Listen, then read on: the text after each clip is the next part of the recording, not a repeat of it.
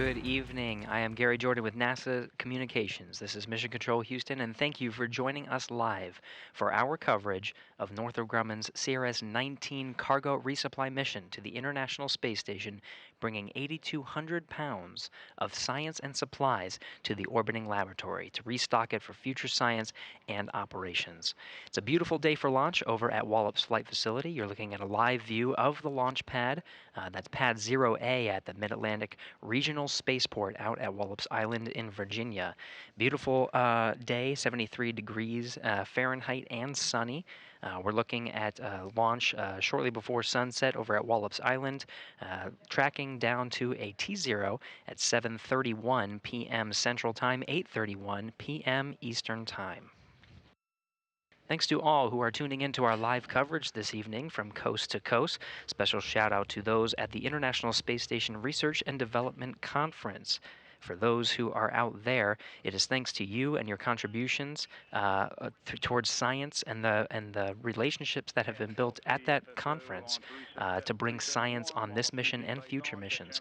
Looking forward to all of the collaborations that are made this year for some of the science that we can see in the future. Thanks for joining us. Again, the time of liftoff is 8:31 p.m. and 14 seconds Eastern Time.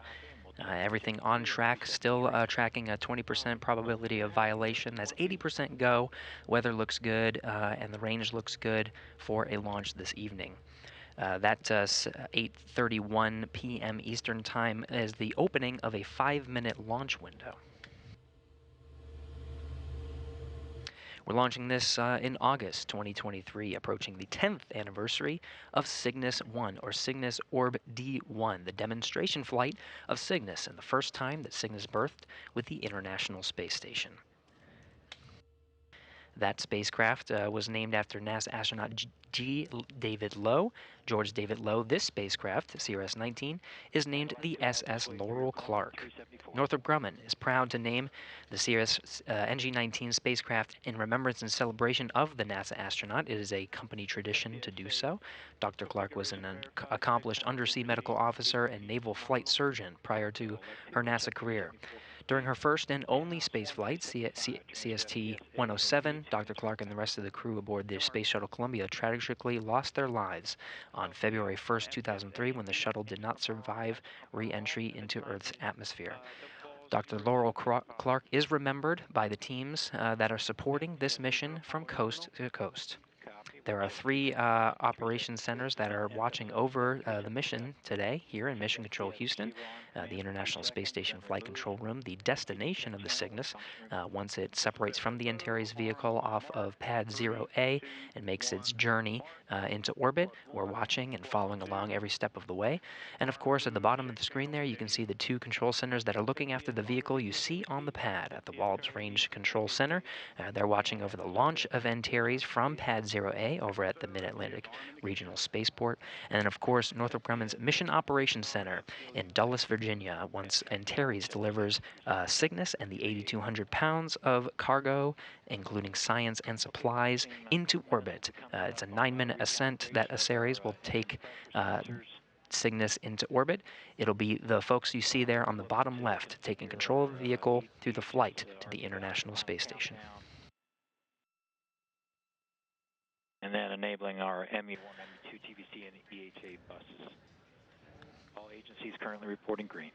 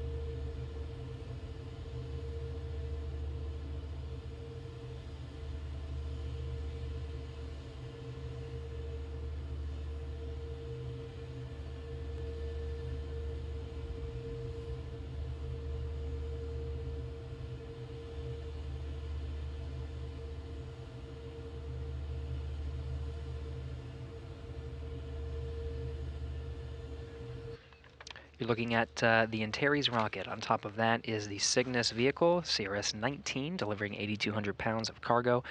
Fueling is wrapping up here. By the time we get to T0, it will be completely filled. You can see the LOX venting happening on the side of the vehicle right now. That's the oxidizer. Antares uses RP1 kerosene propellant and the liquid oxygen oxidizer on the first stage. The second stage is a solid rocket motor. So that venting is part of the fueling process, and we'll continue to see that venting, the billowing of the cloudy smoke there on the side of the vehicle throughout the duration of the countdown to T0. Again, we're going down to 8:31 p.m.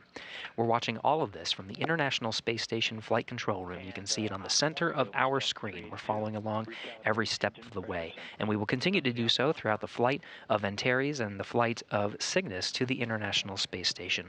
For launch, the teams here in the International Space Station Flight Control Room are led by Flight Director Marcos Flores.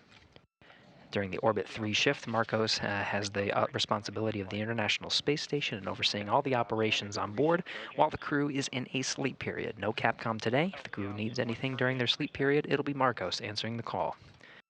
The visiting vehicle officer is Ray Bijanes. It is his job here in Mission Control Houston to communicate with the teams that you saw earlier in Dulles, Virginia, the Northrop Grumman teams, and be working with them every step of the way to make sure Cygnus is making its incremental steps to rendezvous with the International Space Station for an on-time launch today. We're looking at a Friday morning rendezvous and berthing to the International Space Station. Ray will be watching the operations here for this leg of the trip.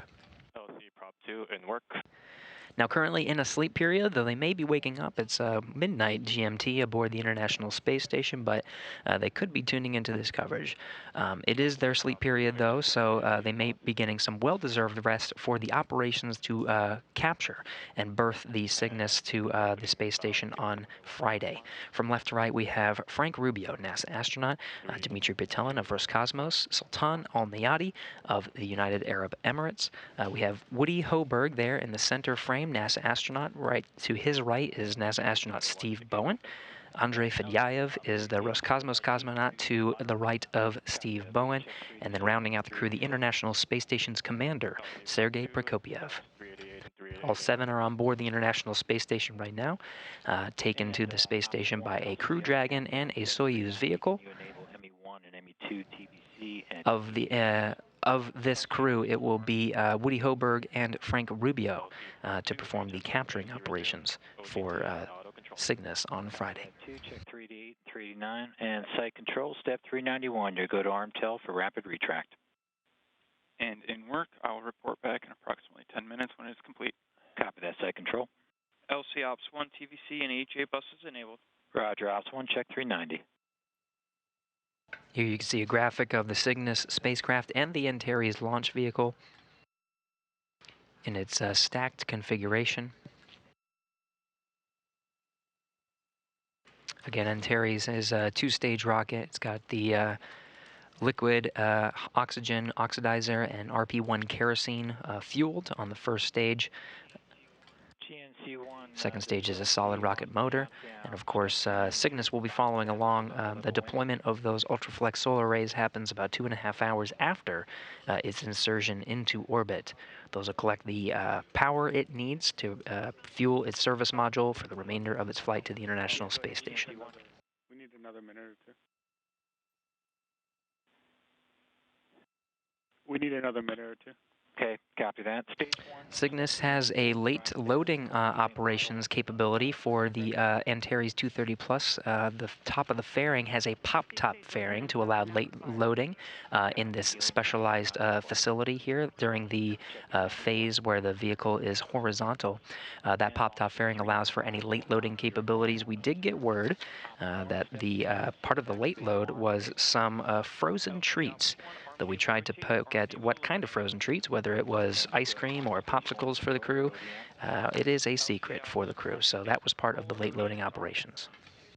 Ops 2 set stage 1 controller EPV VREFs. LC Ops 2, stage 1 controller, EPV VREFs has been set. Copy that. And system, you go for step 399, coordinate final adjustment to payload ECS temp send point, report back when complete. LC in work.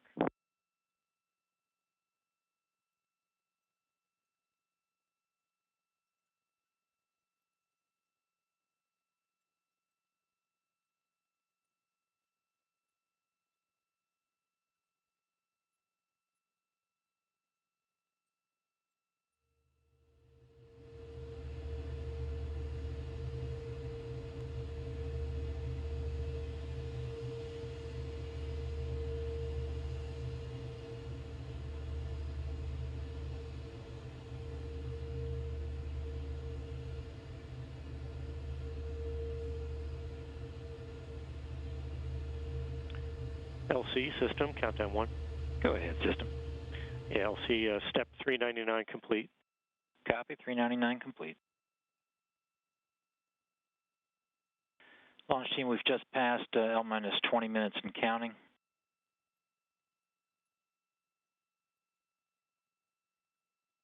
Okay, you're hearing the countdown net over at Wallops Island from the Wallops Range Control Center, going through the methodic milestones.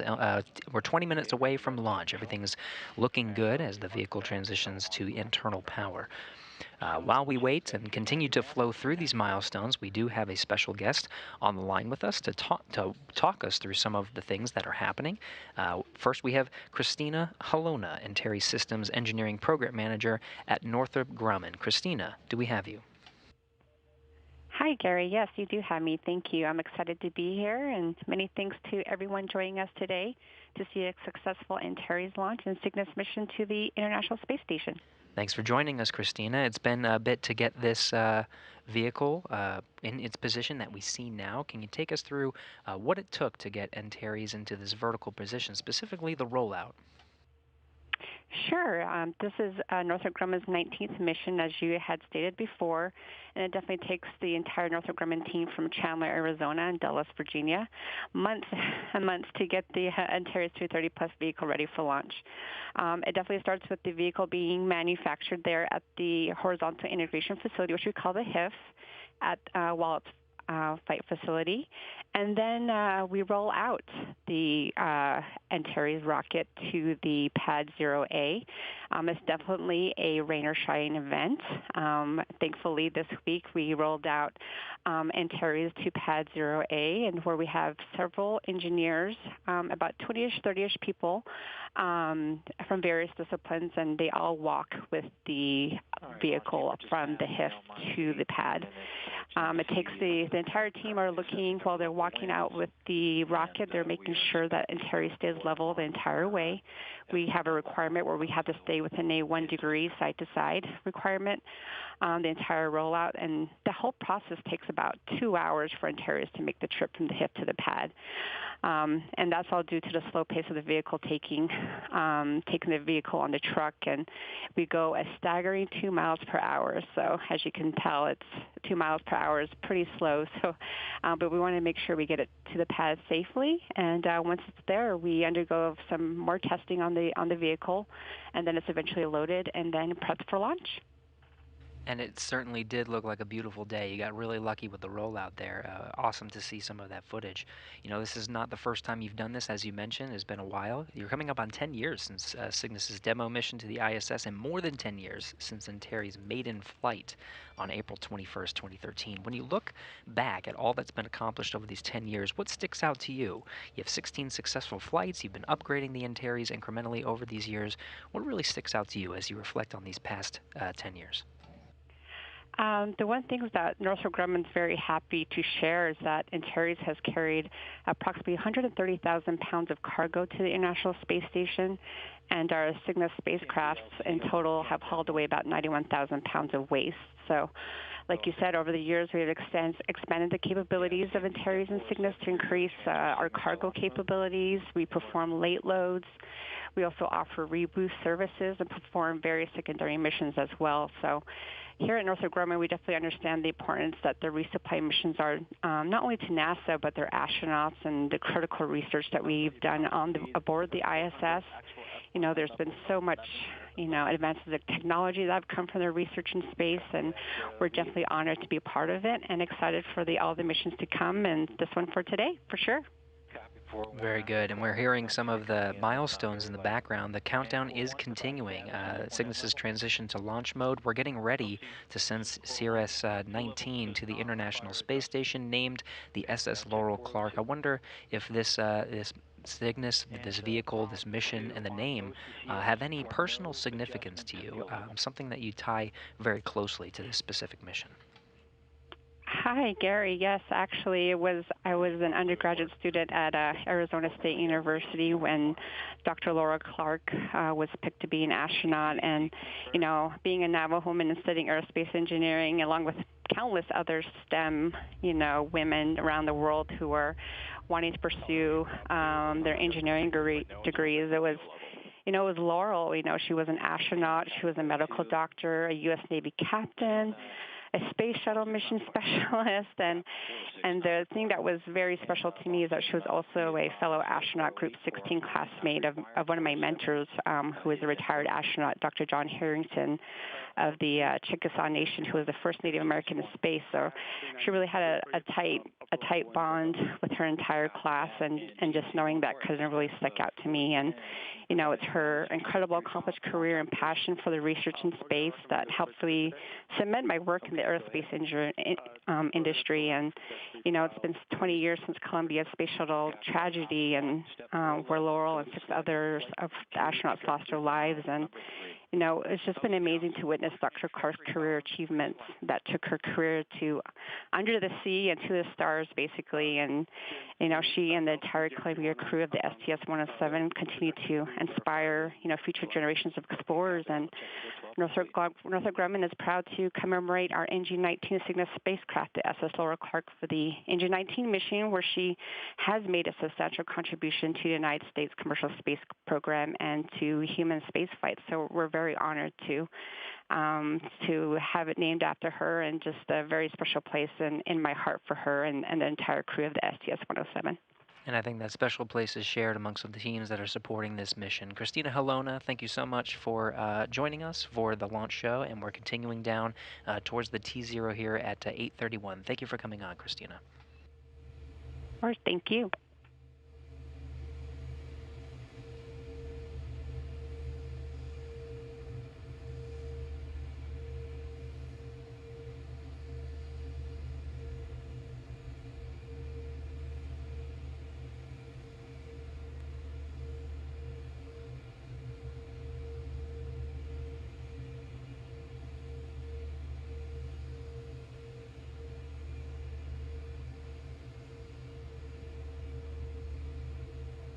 And as mentioned, as we were talking with Christina, the milestones for counting this mission down to T0 have been moving along. Okay, Launch Team LC, we're coming up on our poll to proceed with final countdown. This is step 414. GSO? GSO is go. RSO? RSO's go. TD? TD's go. Prop lead? Prop lead's go. Stage 1. Stage 1 is go. MES1? MES1 is go. GCE? GCE is go. ACE? ACE is go. Mars? Mars is go. CMD? CMD go. LD? LD is go. NG? Northrop Grumman is proud to honor accomplished NASA astronaut, medical doctor, U.S. Navy captain, and Space Shuttle mission specialist Dr. Laurel Clark. Laurel was a passionate contributor to the space program, improving our understanding of spaceflight effects on the human body. Her crew's successful completion of 80 experiments on the STS-107 mission advanced the bioscience knowledge of plant growth in space.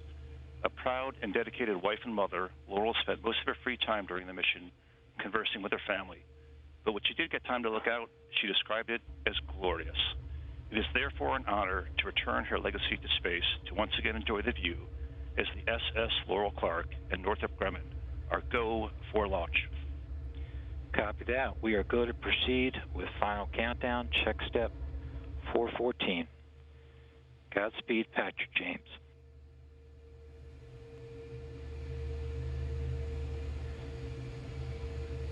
And with that, we pass the 10-minute go, no-go poll for CRS-19 to lift off on time this evening. Hey, all stations, and engine evacuation started. Pitch and back as. Check your headsets and mics. You might have a hot mic. And the engine evacuation started. Copy that, Ops 2. CMDLC, countdown 1.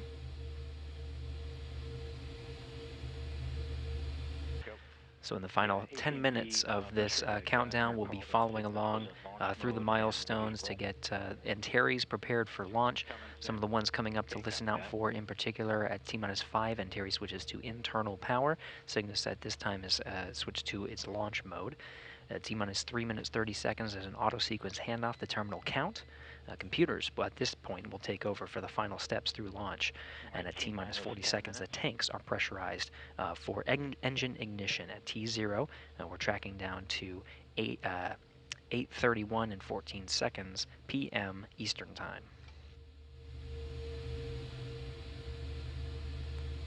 LC, MES1, vacuum verified in the fuel circuits. Okay, MES1, I copy that. We'll check 416 complete.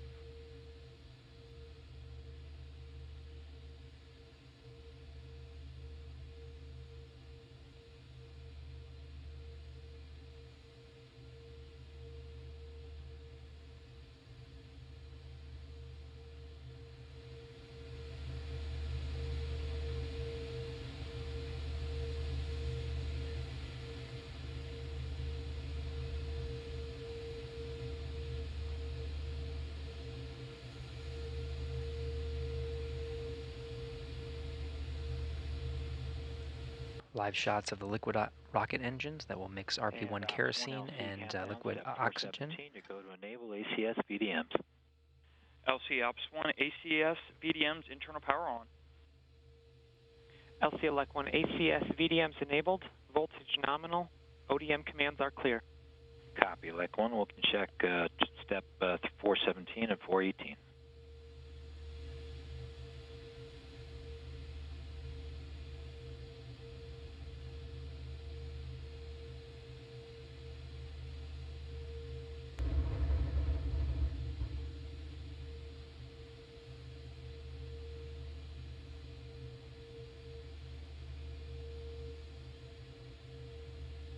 A little bit about what to expect for Antares Ascent. It's a two-stage rocket, so the liquid oxygen or the liquid propellant will burn on the first stage for about approximately 3 minutes 18 seconds until main engine cutoff, and then enter into a coast stage with first stage separation about 3 minutes 24 seconds and fairing separation at 3 minutes 54 seconds. There's an interstage separation and then stage 2 ignition after 4 minutes. And this stage 2 is a solid rocket motor that burns for 2 minutes and 44 seconds. After another coast period, the spacecraft will separate from the second stage shortly after 9 minutes to insert Cygnus into orbit.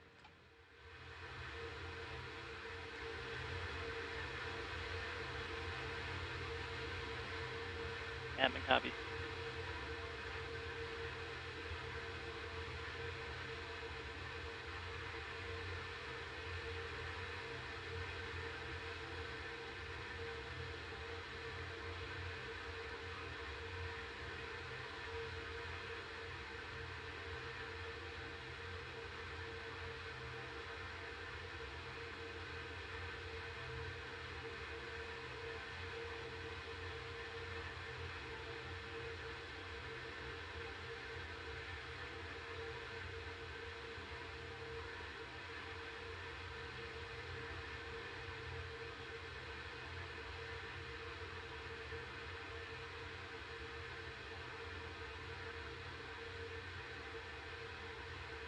LC, top blue, we have step 421, VTSO activation verified. Copy that. Check 421. Ops 2, initialize ground ordnance power supplies. Ground ordnance power supplies initialized. LC Elect 1, ground ordnance power supplies are nominal. Copy that. Elect 1, check 422 and 423.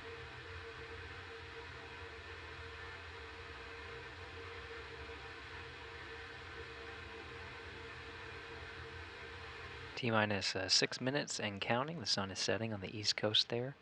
Antares and Cygnus illuminated by the floodlights on the launch pad. That's pad 0A at the Mid-Atlantic Regional Spaceport. Initiated. Time 00:25:03. Copy that. Check 425 complete.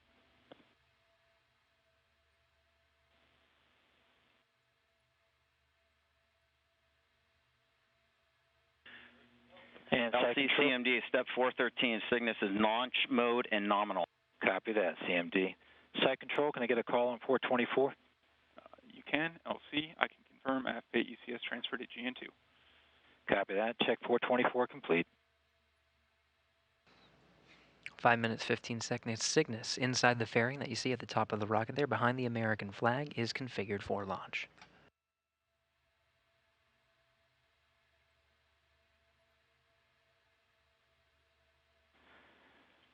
Ops 2 LC, step 426. You go to initiate engine priming. Engine priming started. Copy that. Ops 1, transfer avionics to internal power. LC Ops 1, all internal power on, all external power off. LC elect 1, internal power nominal. Ops 1, open FTS UMBI loop. FPS UMBI loop open and green.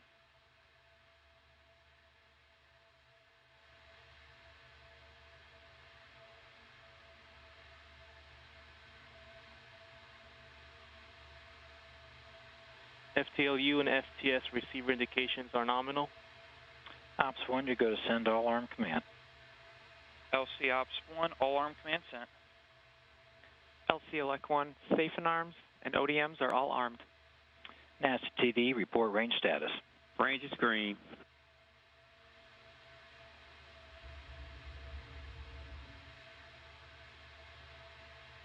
LC MES1, priming verified. Copy that. MES1, check step 434. Inside 4 minutes from launch, the team's reporting that the range is green and Terry's makes a southeastern track down the eastern seaboard and across the Atlantic.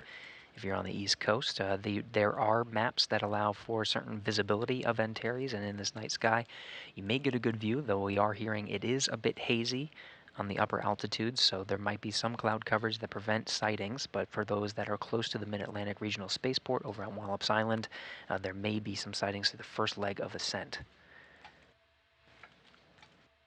3 minutes, 15 seconds and counting. LC elect 1, FC commanded to flight mode. Copy that. Check 437.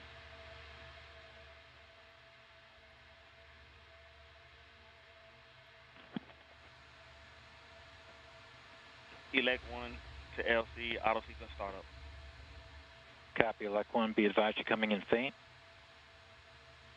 ODM bus voltages and currents are nominal.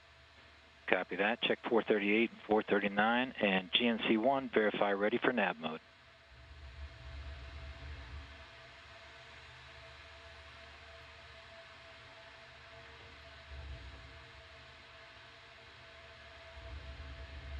LC GNC1, ready for nav. Copy that. Ops 2, switch to nav. LC Ops 2 switched to nav. Check 441.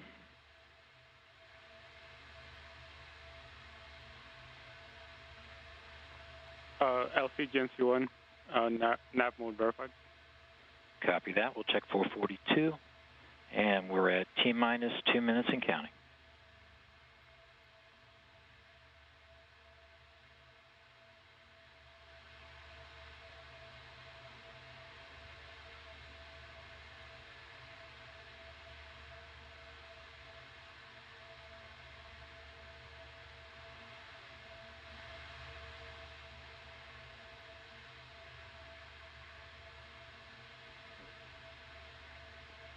T-minus 1 minute, 30 seconds.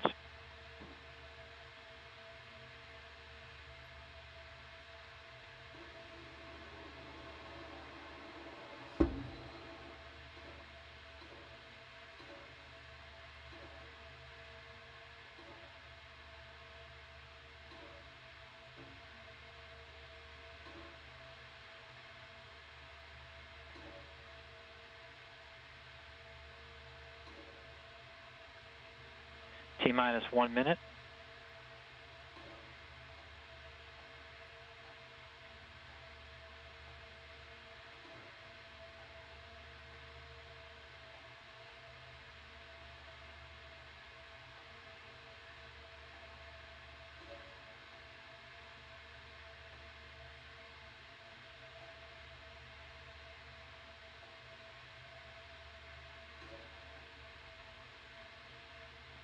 T-minus 30 seconds.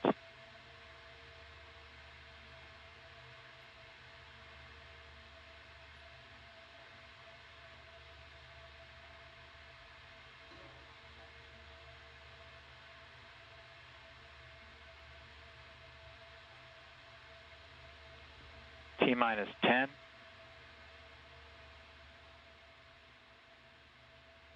5, 4, 3, 2, 1. We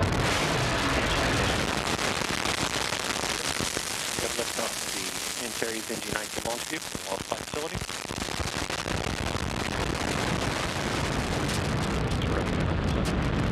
Antares taking Northrop Grumman's commercial resupply mission 19 into orbit to the International Space Station.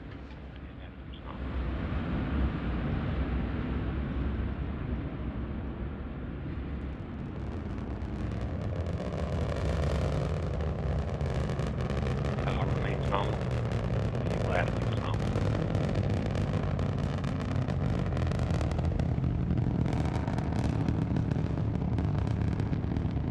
Flight controllers reporting a nominal ascent for Antares. Power is nominal.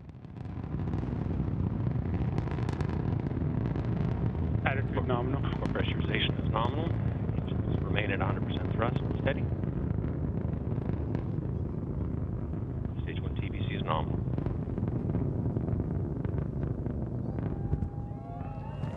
Attitude nominal. Vehicle attitude remains nominal. Electrical power is nominal. Vehicle passing through max Q.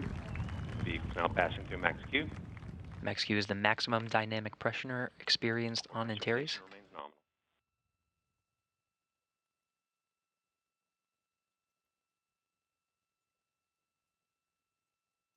Core pressurization valves are nominal. Engines remain nominal and steady. LCA, your go.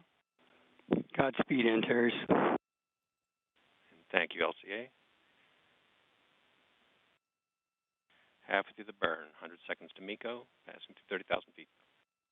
Attitude nominal. Attitude remains nominal.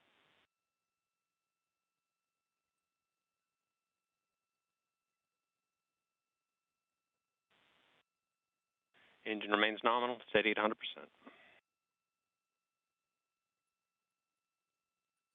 Passing through 5,000 feet per second.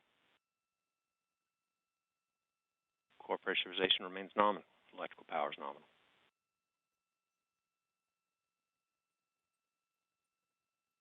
TBC remains nominal. Engines remain nominal. Electrical power is nominal.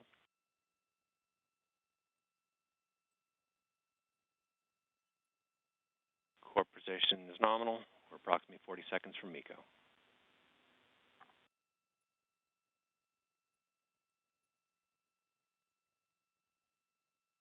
Slow throttle down has begun. Attitude nominal. TBC preset down slow has started. Attitude remains nominal. 3 minutes into the flight of Antares. We got about 15 seconds until main engine cutoff. Rapid throttle down, steady at 55% thrust.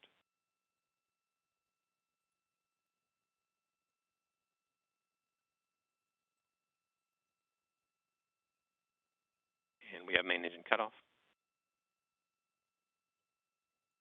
Ellis is taking care of business.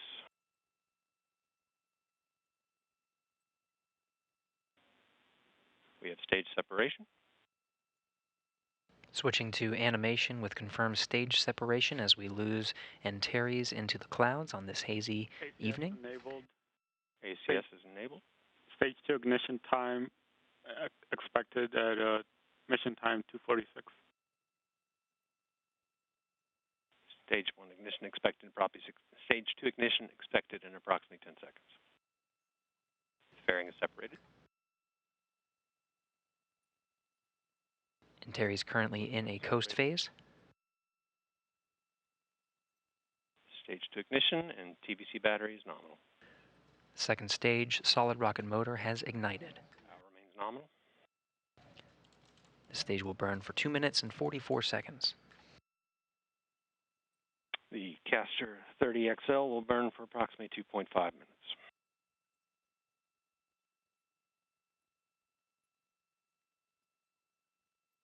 Power remains nominal.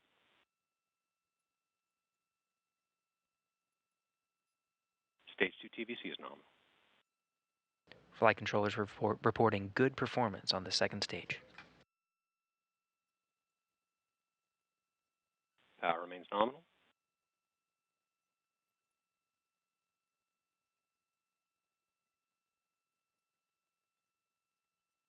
TVC remains nominal in stage 2. And power is nominal.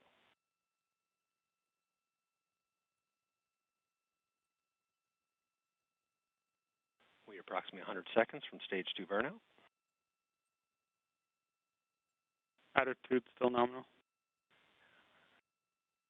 Attitude remains nominal. TVC is performing nominally.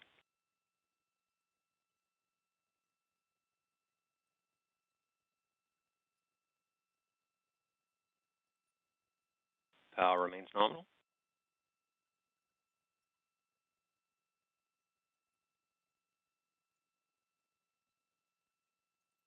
Stage 2 TVC remains nominal. Power is nominal.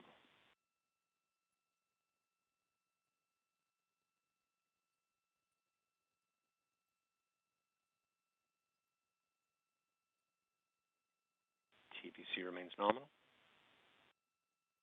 50 seconds to stage 2 burnout.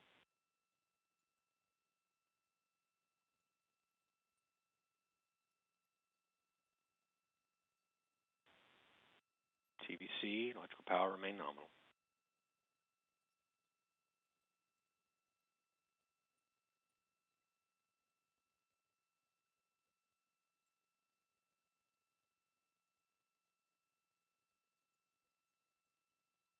TVC and power remain nominal. We're beginning to see tail off in motor pressure, and we have stage 2 burnout.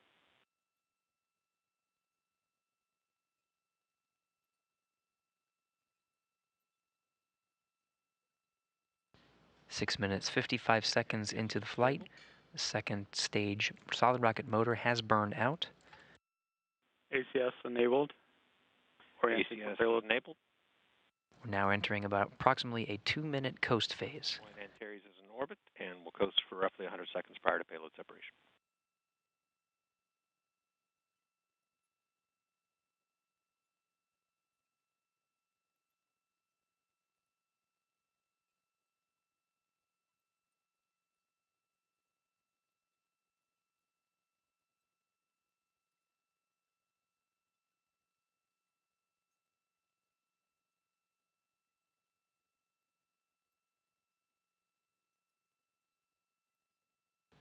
Seven minutes, 45 seconds into the flight of Antares. After spacecraft separation, it will take approximately 2 hours, 30 minutes until the solar arrays are unfurled to start collecting power for the Cygnus vehicle. Shortly after spacecraft separation, we'll have a representative from the International Space Station program online to provide some comments on the flight of Antares and some comments on Cygnus's journey to the International Space Station. We'll plan to wrap our coverage shortly after orbital insertion, but please stay tuned for updates online on the solar array unfurl.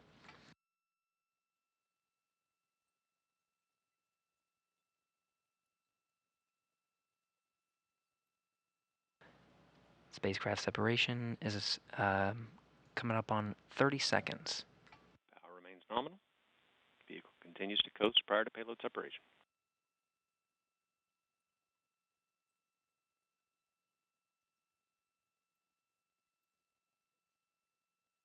And we have payload separation.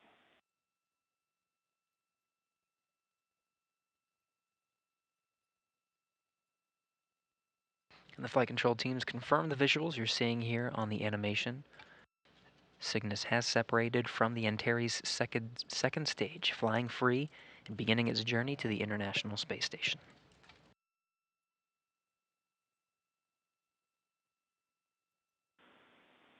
All right, launch team, LC on Countdown Net. We're going to go ahead and proceed with our post-launch checklist. We've confirmed that we've had Cygnus separation. Congratulations to the Cygnus team, and that sound you heard a little earlier was a mic drop.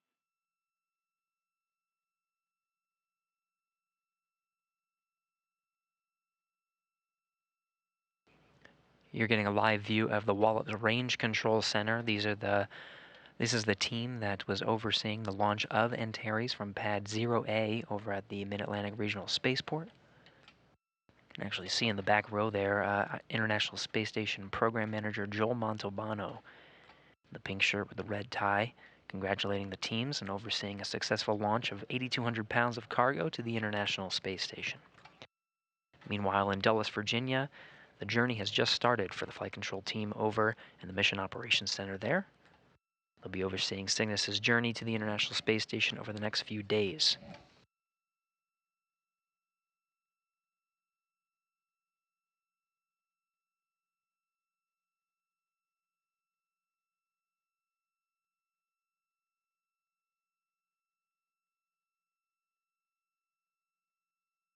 Of course, the operations today were executed by the team you see on the screen here, International Space Station Flight Control Room. We've been monitoring every step of the countdown and Antares flight and delivery of Cygnus into orbit.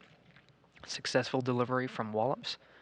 Thanks to the Wallops Range Control Center team there, all shaking hands and congratulating each other. And of course, Northrop Grumman Mission Operations Center. They'll be overseeing Cygnus's flight, as well as us here in the International Space Station Flight Control Room to ensure a safe journey over the next couple of days until Friday morning when Cygnus arrives at the International Space Station and is captured by the station's robotic arm.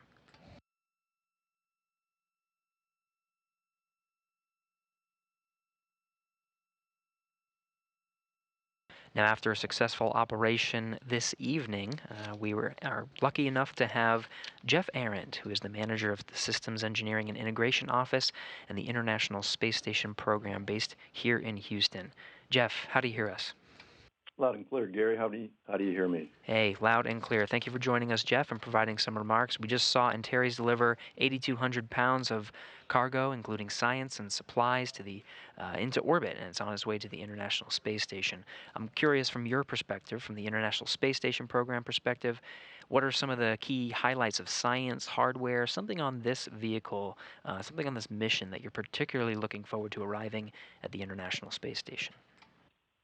Yeah, that's a great question. I think three come to my mind pretty quick.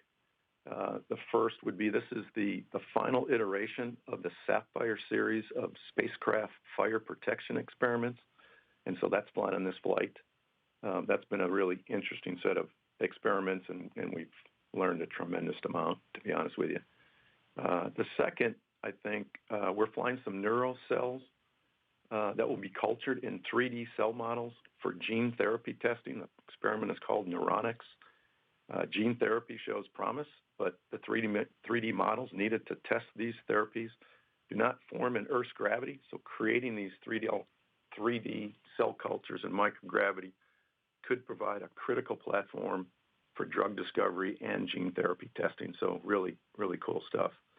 The last would be we're actually flying a new potable water dispenser. We're actually calling it our Exploration Portable Water Dispenser. It provides hot water and improves sanitation for the crew's use.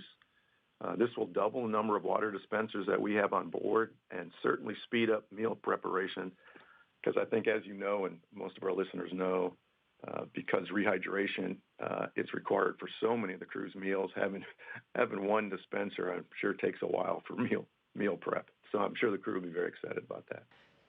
Yeah, I'm sure if they had any direction into what gets installed first, I'm sure they would choose that one just so they can get a couple of snacks early. Absolutely. Jeff, we're coming up on 10 years since Cygnus won with Orbital Sciences in September of 2013.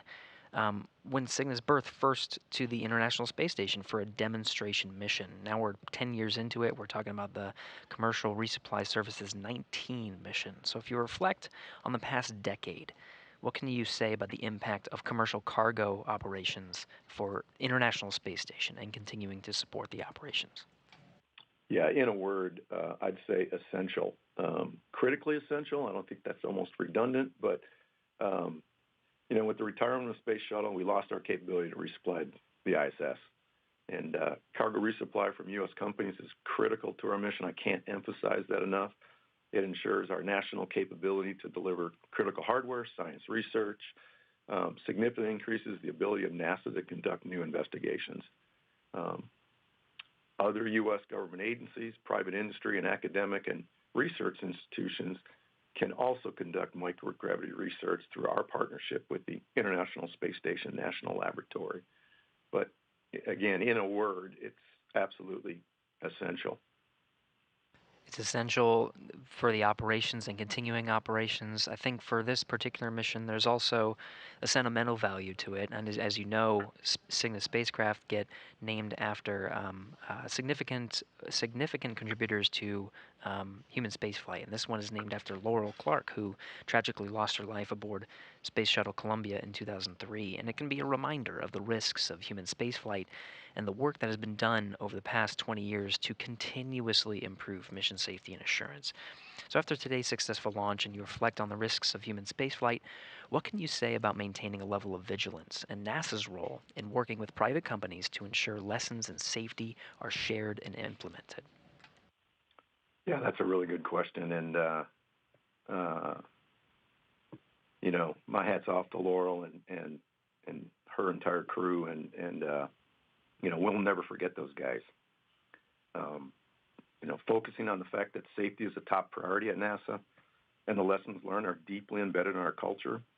We share our lessons learned with the younger generations as they enter the workforce, and we work collaboratively with our commercial partners to ensure the lessons are passed on and openly shared and implemented to ensure our future success in human spaceflight. The other thing I'd add is, following the Columbia accident, NASA formalized an additional level of diligence by defining institutional technical authorities for safety, engineering, and crew health. These senior engineers and doctors work to ensure all concerns are heard and work to resolution not only for NASA hardware, but in an ever-expanded role to ensure our lessons learned are shared with both our commercial and international partners. You know, what we do is not easy, and yeah, you just got to keep your nose down. Powerful words, Jeff, and I think it's a testament to the success of this launch. It makes it looks easy that we just lift off the pad and go into orbit, but certainly a lot of work was put into it. Jeff Aaron, thank you so much for joining us for today's coverage and providing these remarks. Appreciate you coming on. Yeah, thanks so much, Gary. Appreciate it. That was Jeff Aaron, Manager of Systems Engineering and Integration Office at the International Space Station Program. With that, we'll begin concluding our coverage for today's launch. Again, Cygnus is in orbit after a successful orbital insertion by the Antares launch vehicle, and it will make its journey to the International Space Station, rendezvousing Friday for a capture and berthing. You can tune into our coverage then. On Friday morning, we'll begin our coverage at 4:30 a.m. Eastern Time. We're expecting the capture by the robotic arm controlled by Woody Hoberg, the prime robotic arm operator, and backed up by Frank Rubio at 5:55 a.m. Eastern Time, 4:55 a.m. Central Time on Friday, August 4th. Now, since this is a berthing operation, we'll break our coverage and begin the installation coverage at 7:30 a.m. Eastern Time, 6:30 a.m. Central, where Cygnus will be maneuvered by the station's robotic arm and berthed to the Unity port of the International Space Station. This is the center node that is part of the International Space Station and the common home for Cygnus vehicles that arrive aboard the orbiting complex. Now again, we're about to wrap up our television coverage, but stay tuned online for updates on the unfurling of the Ultraflex solar arrays on the Cygnus that will provide power for its journey and arrival at the International Space Station on Friday morning. Now, for now, that will wrap up our coverage here in Mission Control Houston. Thank you for joining us.